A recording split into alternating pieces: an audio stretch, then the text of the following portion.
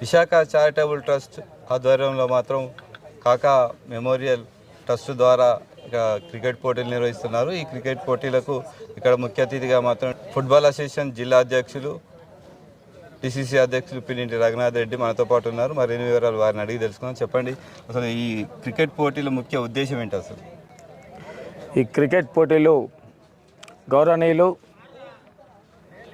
చెన్నూరు శాసనసభ్యులు రాష్ట్ర కార్మిక ఉపాధి కల్పన శాఖ మంత్రి వివేక్ వెంకటస్వామి గారు విశాఖ ఇండస్ట్రియల్ చైర్మన్గా, అదేవిధంగా పార్లమెంట్ సభ్యులు గడ్డం వంశీకృష్ణ గారు విశాఖ ఇండస్ట్రియల్స్ డైరెక్టర్గా, వారి విశాఖ ఇండస్ట్రీ నుండి విశాఖ చారిటబుల్ ట్రస్ట్ను ఒకటి ఏర్పాటు చేసి ఆ ట్రస్ట్ ద్వారా హైదరాబాద్ క్రికెట్ సంఘానికి అనుసంధానం చేసి ఏదైతే గ్రామీణ ప్రాంతాలు రూరల్లో ఉన్నటువంటి యువకులను ప్రోత్సహించాలి, క్రికెట్ పరంగా ఒక ఉన్నతమైన స్థానాన్ని తీసుకురావాలనే ఆలోచనతోని విశాఖ చారిటబుల్ ఇండస్ట్రీస్ స్పాన్సర్షిప్తోని ఈ tournament inter district championship tournament రాష్ట్రాలు నిర్వహిస్తున్నారు. దీనికి గాను సుమారుగా మొదటి దఫాలో 54 మ్యాచ్లు, రెండో దఫాలో 58 మ్యాచ్లు, ఓవరాల్గా 109 మ్యాచ్లు నిర్వహించాలని చెప్పేసి ఈ కార్యక్రమం తీసుకోవడం జరిగింది. ఇందులో భాగంగా మొదటి దఫా అయిపోగానే రెండో దశలో ఉమ్మడి జిల్లాల్లో జరిగిన టోర్నమెంట్లకి వెళ్ళి ఒక జట్టును ఎంపిక చేసి ప్రతి జట్టులో ఆ జిల్లాలో ఉన్నటువంటి క్రీడాకారులను 13 మందిని, అదేవిధంగా హైదరాబాద్ స్టాండర్డ్లో ఉన్నటువంటి క్లబ్ ప్లేయర్స్ను ఒక 5గురిని ఈ జట్లో అనుసంధానం చేసి ఈ టోర్నమెంట్ నిర్వహించ జరుగుతుంది. ఈ టోర్నమెంట్ తపాలుగా ఇప్పుడు జిల్లాలో కాకుండా నెక్స్ట్ సెకండ్ ఫేజ్లో వచ్చేసి మహబూబ్ నగర్, సిద్దిపేట, వరంగల్ ఆ స్థాయిలో నిర్వహించి ఆ తదుపరి అనంతరం సెమీఫైనల్స్, ఫైనల్స్ వచ్చేసి హైదరాబాద్ స్టేడియం ఏదైతే ఇలా ఇంటర్నేషనల్ స్థాయి క్రీడాకారులు ఆడుతున్నటువంటి ఉప్పల్ స్టేడియం ఏదైతుందో ఆ ఉప్పల్ స్టేడియంలో ఫైనల్ మ్యాచెస్ నిర్వహించడం జరుగుతుంది. ఫైనల్ మ్యాచ్లో విన్నర్స్ అయినటువంటి క్రీడాకారులకు 5 లక్షల రూపాయలు, రన్నర్స్ క్రీడాకారులకు 4 లక్షలు, మూడో స్థానం పొందిన క్రీడాకారులకు 2 లక్షలు, 4వ స్థానంలో పడ్డ క్రీడాకారులకు 1 లక్ష రూపాయలు బహుమతి అందజేయడం జరుగుతుంది. వాటితో పాటు ఇండివిజువల్ ట్రోఫీస్ కూడా ఇవ్వడం జరుగుతుంది. అంటే ముఖ్యంగా కాకా కుటుంబాన్ని చూసుకుంటే క్రీడలపై ఎక్కువ ఆసక్తి చూపుతారు, క్రీడలు నిర్వహించడానికి ఎక్కువ చేస్తారు. దాని ఎందుకు వారికి క్రీడల మీద ఉన్న అభిమానం? స్వర్గీయ కాకా వెంకటస్వామి గారు మొదటి నుండి కూడా కష్టపడ్డటువంటి కుటుంబం నుండి వచ్చిన వారు. కాకా అంచెలంచెలుగా ఎదుగుతూ కార్మిక రంగంలో, ప్రజాసేవలో, క్రీడా రంగంలో కూడా వారు చూశారు స్థితిగతులను. దేశంలో ఉన్నటువంటి పరిస్థితులు, రాష్ట్రంలో ఉన్నటువంటి పరిస్థితులు, గ్రామీణ ప్రాంతంలో ఉన్నటువంటి పరిస్థితులు వారు అధ్యయనం చేయడం జరిగింది. వారు స్వర్గస్థులు కాకముందుకు 2004లో ఉప్పల్లో ప్రభుత్వంతో మాట్లాడి ల్యాండ్ తీసుకొని వాళ్ళ కొడుకులు అప్పుడు నడిపిస్తున్నటువంటి విశాఖ ఇండస్ట్రీ నుండి స్పాన్సర్షిప్ చేసి ఉప్పల్ స్టేడియాన్ని నిర్మించడం జరిగింది.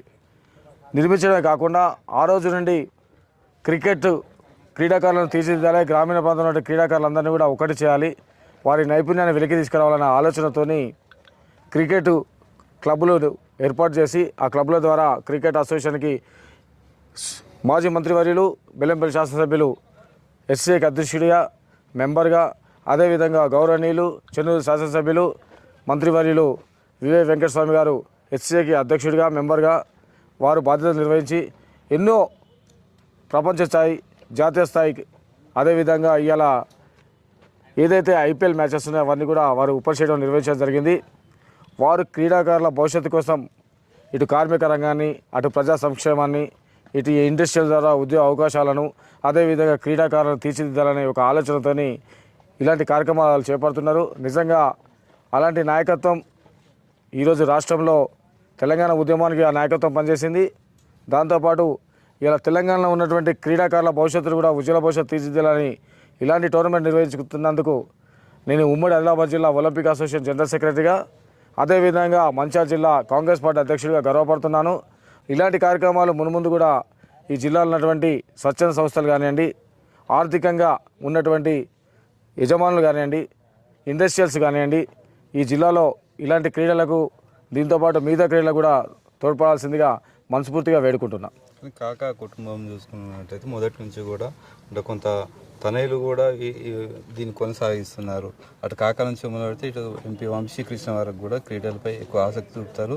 యువతకు ఏదో ఒకటి చేయాలని ఒక తపన ఉంటుంది. అసలు ఏంటి వాళ్ళకు ఈ ప్రజల యువత మీద ఉన్న ప్రేమ? కాకా మొదటిసారి రాజకీయాలకు వచ్చేటప్పుడు ఒక సామాన్య లేబర్గా పనిచేసి ఆ రోజు చార్మినార్ సిమెంట్ ఫ్యాక్టరీలో పనిచేసి అప్పుడున్నటువంటి కార్మిక కుటుంబ క్షేత్రాలను చూసి కార్మికుల కష్ట నష్టాలను భరించి దాని ద్వారా కార్మిక నాయకుడిగా వందలాది కార్మిక సంఘాలకు అధ్యక్షుడిగా చేసి కార్మికులకు సేవ చేయాలి, వాళ్ళ హక్కులు కాపాడాలి, హక్కుల ద్వారా వారికి భవిష్యత్తు ఉండాలి, భవిష్యత్తు ద్వారా పిల్లల ఉజ్వల భవిష్యత్తు ఉండాలంటే చదువు ఉండాలని చెప్పేసి ఆ రోజు ఎడ్యుకేషన్ సిస్టమ్ కోసం అంబేద్కర్ కాలేజీని ఏర్పాటు చేసి ఇలా యూనివర్సిటీ స్థాయిలో ఇలా ఒక స్థాయి గుర్తింపు తీసుకొచ్చేసి ఇవాళ ఆ ట్రస్టును ఆ అంబేద్కర్ కాలేజీని శ్రీమతి శ్రీ సరోజా వివేక్ గారు నిర్వహిస్తున్నారు. ఇవాళ మనం చూడొచ్చు, గర్వపడవచ్చు. లాస్ట్ ఇయర్ జరిగినటువంటి ఏదైతే లా ఎగ్జామ్స్ ఉన్నాయో లా ఎగ్జామ్స్లో ఇవాళ ఇండియాలో నెంబర్ 2 స్థానం పొందడం జరిగింది. వాళ్ళటు విద్యతో పాటు కాకా వెంకటస్వామి గారు, నేను ఇంతకుముందుకే చెప్పా, కార్మిక రంగంలో కార్మికులకు ఉన్నటువంటి సేవ, కార్మికుల హక్కులను కాపాడి కార్మిక రంగంలో అభివృద్ధి చెందాలని, దాంతోపాటు ప్రజా సంక్షేమంలో ఒక రాజకీయ నాయకుడిగా ప్రజల సంక్షేమము ఆర్థిక స్తోమతను బలపరచాలని, నిరుపేదల కష్టాలు తీర్చాలని చెప్పేసి ఆ రోజు లక్షలాది గుడిసెలు వేయించి వాళ్ళకి ఇళ్ల స్థలాలు ఇప్పించాడు కాక ఆ దిశగా అటు విద్యారంగాన్ని, ఇటు ఉపాధి అవకాశాలను, ఇండస్ట్రియల్ ద్వారా ఉద్యోగ అవకాశాలను, వాటితో పాటు క్రీడాకారులకు ఈరోజు అంటే క్రీడాకారులు తీర్చే కారణం ఏంటంటే యువకులు విద్యతో పాటు మేధాశక్తిని పెంచుకోవడంతో పాటు ఫిజికల్గా మెంటల్గా స్ట్రాంగ్గా ఉండాలి, దానికి దృఢత్వంగా ఉండాలి అనే ఆలోచనతో క్రీడా రంగాన్ని మెరుగుపరిచినట్టయితే ఆలోచన విధానం పెరుగుతుంది.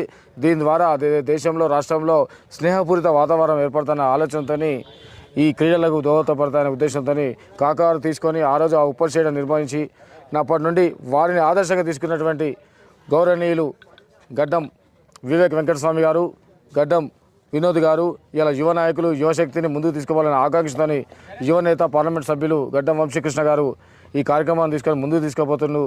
నిజంగా వారికి ఏమిచ్చినా ఈ తెలంగాణ ప్రజలు రుణం తీర్చుకోలేరు. తెలంగాణ యువత కోసం ఈ విధంగా చేస్తున్నందుకు వారి నిర్ణయానికి, వారి స్వచ్ఛంద సంస్థ విశాఖ చారిటబుల్ ట్రస్ట్కు, వారి విశాఖ ఇండస్ట్రియల్కు నిజంగా మేము చేతులు మొక్కి జోడిస్తాం. ఎందుకంటే ఇలాంటి స్వచ్ఛంద కార్యక్రమాలు స్వేచ్ఛగా మునుముందు కూడా నిర్వహించాల్సిందిగా మనస్ఫూర్తిగా కోరుకుంటున్నాం. అంటే తాతలు ఆస్తులు సంపాదిస్తారు, మనోళ్ళు అనుభవిస్తారు, కానీ తాత ఆశయాలను కొనసాగిస్తున్న వంశీకృష్ణకు ఈ పోటీలు నిర్వహిస్తున్నారు, యువత పట్ల కొంత ప్రేమను చూపెడుతున్నారు. దీన్ని ఎట్లా చూస్తారు?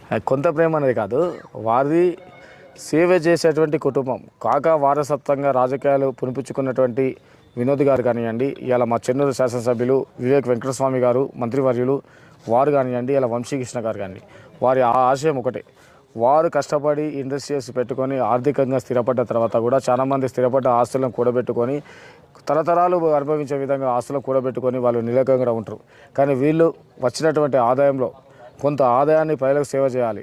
ప్రజల ద్వారా, ఇండస్ట్రీస్ ద్వారా కార్మికులు, కర్షకులు పనిచేస్తే ఆ ఇండస్ట్రీలో లాభాలు వచ్చినటువంటి పైసలలో పర్సెంటేజ్ని తీసి వాళ్ళకు పంచుతూనే పర్సెంటేజ్ తీసి కార్మిక క్షేత్రంలో కొంత, విద్యారంగంలో కొంత, దాంతోపాటు విలేజ్లలో ఇలా బోర్వెల్స్ కానివ్వండి, బెంచెస్ కానివ్వండి, టీచర్స్ని కానివ్వండి, దాంతోపాటు క్రీడా రంగంలో కూడా కొంత ఆర్థికంగా ఖర్చు పెట్టి వారి తాతగారి వారసత్వాన్ని పెరిపుచ్చుకున్నటువంటి వంశీకృష్ణ గారు ప్రజల్లోకి కొంత పంచాలనే ఆలోచనతో ఇలా ముందు పోతుండ్రు. వాళ్ళు నిజంగా నిస్వార్థపరులు. ఎందుకంటే ఆర్థికంగా చాలామంది కూడబెట్టినటువంటి ఆస్తులను కూడబెట్టుకుంటూ ఎత్తుకుపోతారు. కానీ ఉన్నటువంటి ఆస్తిలో మా తాత ఆ రోజు ప్రజలకు సేవ చేసిండు, వారి ఆశయాన్ని కొనసాగించాలి అనే ఆకాంక్షతో ఇలాంటి కార్యక్రమాలు చేయడం నిజంగా చాలా గర్వనీయం. ఏది ఏమైనా ఇలాంటి ఆశయాలు ఇంకా కూడా మున్ముందు సేవించాలని వారి నాయకత్వాన్ని మేము యువకులుగా ఈ జిల్లాలో క్రీడాకారుల తరఫున, అదేవిధంగా రాజకీయంగా పార్టీ పరంగా కూడా వారి నాయకత్వాన్ని మేము బలపరుస్తున్నాం. తప్పకుండా వారు చేసేటువంటి ఏదైతే సేవ ఉందో దాన్ని స్వాగతిస్తాం. ఫైనల్గా డిసిసి అధ్యక్షుడిగా జిల్లా యువతకు మీరేం చెప్తారు? ఇది చాలా బాగుంది. మీ ద్వారా మేము ఈ జిల్లాలో ఉన్నటువంటి యువతకు ఒకటే కోరుకుంటాం. తెలంగాణ ఉద్యమం మలిదశ ఉద్యమం 2001లో స్టార్ట్ అయినప్పుడు అప్పుడున్నటువంటి 16-17 సంవత్సరాల యువకులందరూ కూడా తెలంగాణ ఉద్యమం చేసిళ్ళు. 2014 దాకా ఉద్యమం చేస్తే 2014లో ఆ రోజు శ్రీమతి సోనియా గాంధీ గారు, అప్పుడున్నటువంటి పార్లమెంట్ సభ్యులు, అప్పుడున్నటువంటి రాష్ట్రంలో నాయకత్వం, అన్ని కుల సంఘాలు, మేధావులు మనందరం కూడా ఉద్యమం చేసి తెలంగాణ రాష్ట్రం సాధించుకున్నాం. ఆ 10 సంవత్సరాలు 16-17 సంవత్సరాల యువకులందరూ కూడా 10 సంవత్సరాలు కొట్లాడితే 20-28 సంవత్సరాలకు తెలంగాణ వచ్చింది. ఆ తెలంగాణ వచ్చిన తర్వాత తెలంగాణ రాగానే మొట్టమొదటిసారి కేసీఆర్కి పట్టం కడితే ఇవి ఒక 10 సంవత్సరాలు వాళ్ళు గడిపారు. అంటే అప్పుడు 28 సంవత్సరాలు ఉన్న వాళ్ళు ఇప్పుడు 10 సంవత్సరాలు, అంటే 38 సంవత్సరాల వరకు కూడా తెలంగాణ ఉద్యోగ అవకాశాలు ఎక్కడ రాలే, తెలంగాణ ఉద్యోగం లేదు. అంటే 2 దశలుగా ఉద్యోగాలు కోల్పోయారు. ఆ కోల్పోయినటువంటి వాళ్లకు ఈరోజు మా నాయకత్వం తెలంగాణ రాష్ట్రంలో కాంగ్రెస్ పార్టీ అధికారంలోకి వచ్చిన తర్వాత మా నాయకత్వం ఆధ్వర్యం లోపల మా రేవంత్ రెడ్డి గారు, మహేష్ కుమార్ గౌడ్ గారు, సోనియా గాంధీ గారు, రాహుల్ గాంధీ గారు, మల్లికార్జున ఖర్గే గారు, బట్టి విక్రమార్క గారు, మా జిల్లాలో ఉన్నటువంటి శాసనసభ్యులు గౌరవనీయులు, చెన్నూరు శాసనసభ్యులు, రాష్ట్ర మంత్రివర్యులు వివేక్ వెంకటస్వామి గారు, మంచిర్యాల శాసనసభ్యులు ప్రేమసాగరరావు గారు, బెల్లంపల్లి శాసనసభ్యులు వినోద్ గారు, ఖానాపూర్ శాసనసభ్యులు బొజ్జు గారు, పార్లమెంట్ సభ్యులు వినాయకులు వంశీకృష్ణ గారు, వీళ్ళందరి ఆలోచనతోనే ఆ రోజు రాష్ట్ర ప్రభుత్వానికి విన్నపించినప్పుడు ఈ ప్రాంతంలో ఇండస్ట్రీస్ తీసుకురావాలి, యువకులకు ఉపాధి అవకాశాలు కల్పించాలనే ఆలోచనతో ఒకటి. అదే కాకుండా మా ప్రభుత్వం రాగానే ఏదైతే 35 సంవత్సరాల జీవిత కాలాన్ని కోల్పోయిందో వాళ్ళందరికీ కూడా 45 సంవత్సరాల వరకు ఎగ్జామ్షన్ ఇచ్చేసి ఇవాళ మేము 46,000 ఉద్యోగాలు ఇలా రాష్ట్ర వ్యాప్తంగా ఉద్యోగాలు ఇవ్వడం జరిగింది. దాని ద్వారా యువతకు ఒక భవిష్యత్తు ఇచ్చినాం. ఈ జిల్లాలో కూడా మేము యువకులందరినీ ఒకటే కోరుకుంటున్నాం, ఏదైతే తెలంగాణ గవర్నమెంట్లో ఉద్యమంతో కొంత నష్టపోయినారు, ఆ ఉద్యమం వచ్చే తెలంగాణ రాష్ట్రం ఏర్పడిన తర్వాత ఇవాళ మత్తు పానీయాలకు, మత్తు పదార్థాలకు బానిసలు చేసి ఇవాళ రాష్ట్రాన్ని విచ్ఛిన్నం చేసింది ఆ ప్రభుత్వం. ఇవాళ కేటీఆర్ గారు గొప్ప చెప్పుకున్నటువంటి కేటీఆర్ గారు ఆ రోజు వాళ్ళ ఐటీ శాఖ మంత్రిగా ఉండి పబ్బులు నడిపించి ఇవాళ యువతను తప్పుదోవ పట్టించింది. కానీ ఈరోజు ఈ గవర్నమెంట్, ఈ నాయకత్వం ఇవాళ ఏం చేసిందంటే ఏదైతే బానిసలు మత్తు పానీయాలు బానిసలై గంజాయి ఏదైతే మాదక ద్రవ్యాల దూరమైందో ఆ దూరాన్ని చేసి మేము యువకులను మళ్ళీ ఇటు క్రీడల వైపు, ఉద్యోగ అవకాశాల వైపు, విద్యను అభ్యసించే విధంగా మేము తీర్చిదిద్దుతున్నాం. దానిలో భాగంగానే యువకులను ఒక క్రీడల ద్వారా ఒక దారి చూపాలని చెప్పేసి దాని ద్వారా ఉద్యోగ అవకాశాలు పెంపొందించాలనే ఆలోచనతోనే మా వంశీకృష్ణ గారు పార్లమెంట్ సభ్యులు తీసుకున్నాడు. ఈ నిర్ణయానికి మేము నిజంగా జిల్లా కాంగ్రెస్ పార్టీ తరఫున స్వాగతిస్తున్నాం. Okay, thank you. మొత్తానికి కాకా వెంకట స్వామి వారసత్వాన్ని కొనసాగిస్తూ ఎంపీ గడ్డం వంశీకృష్ణ మాత్రం క్రికెట్ పోటీలు నిర్వహించడం మాత్రం చాలా ఆనందంగా ఉంది. యువతకు మాత్రం అన్ని రకాలుగా యువతకు ఉపాధితో పాటు క్రీడల్లో కూడా ప్రోత్సహిస్తున్న వంశీకృష్ణకు కృతజ్ఞతలు తెలుపుతున్నామని చెప్పి మనతో పాటు డిసిసి అధ్యక్షులు పిన్నింటి రఘునాథ్ రెడ్డి తెలిపారు. నమస్కారం.